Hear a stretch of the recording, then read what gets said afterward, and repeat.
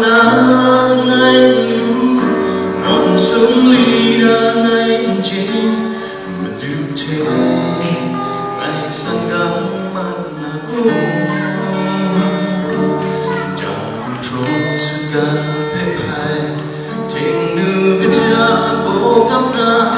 sắc chốt na ngay lu ngọn chốt na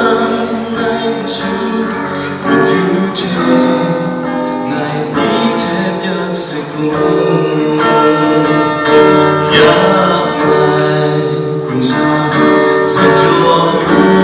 làm cho cô Yungwi Hkungga sẽ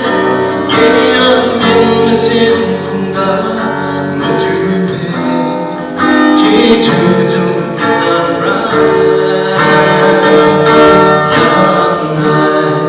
mà có ngày sinh con này mình sẽ lo vì sao năm chỉ盼lo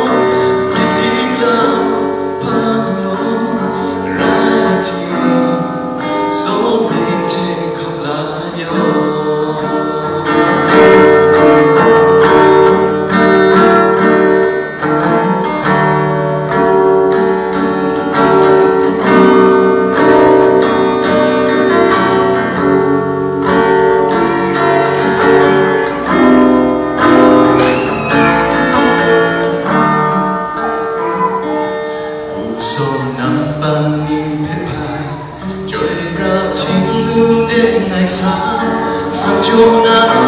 ngay lu ngọn sông ly đã ngay trên mà điều thế ngày sang gắng ra Nhkum chẳng pro suka pepai Htingnu cái cha cố gắng na sao cho na ngay lu cùng chốt na ngay su mà điều thế ngày đi theo giấc say cùng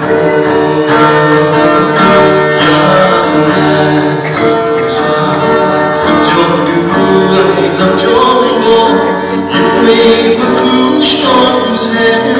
nhẹ nhàng xem Hkungga Latau chyeju trong Việt Nam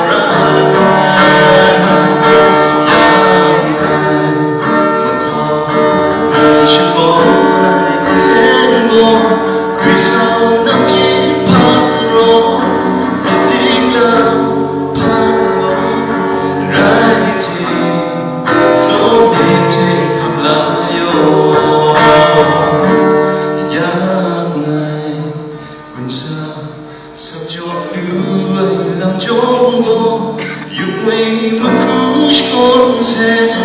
nhẹ nhàng xem Hkungga Latau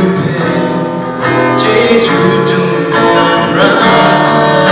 một khó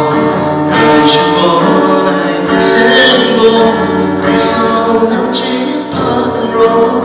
miền tiếc là盼lo rai thì số mê thế khắp lại yo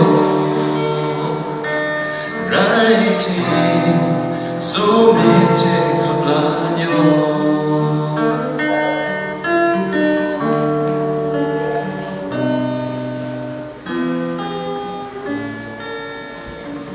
còn chân đất ở mong phía này ở vô trình rồi đó